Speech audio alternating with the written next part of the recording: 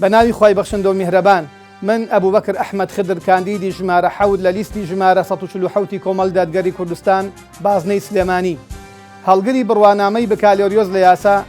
دیبلۆمی باڵا لە یاسا مادەسێر لە یاسای تاوان خاوەن 24 ساڵ خزمەتی قەزایی و ئیداری 15 ساڵ خزمەتی قەزایی و 9 ساڵ خزمەتی ئیداری لە کۆی ئەو ماوەیەدا 8 ساڵ بەڕێوەبەری ناحیئی سێوە بووم لەسەر لیستی کۆمەڵ دادگەری کوردستان. هاوڵاتیانی خۆشەویست خوشکان برایان دوای بەدەستنانی متمانی دەنگی ئێوە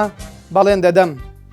دڵسۆز و بەپەڕۆژ بم بۆ بەرگری لە دین و نەتەوە نیشتیمان چەکی دەستی ئێوە بم بۆ داکوکی لە بەها باڵاکان و پاراستنی شکۆی خێزان توانای زانستی و ئەزمموی ڕابردوون بخەمەکار بۆ سەروەربوونی یاسا و پاراستنی شکۆی تاک و گەڕانەوەی ئینتیما و خۆشەویستی بۆ نیشتیمان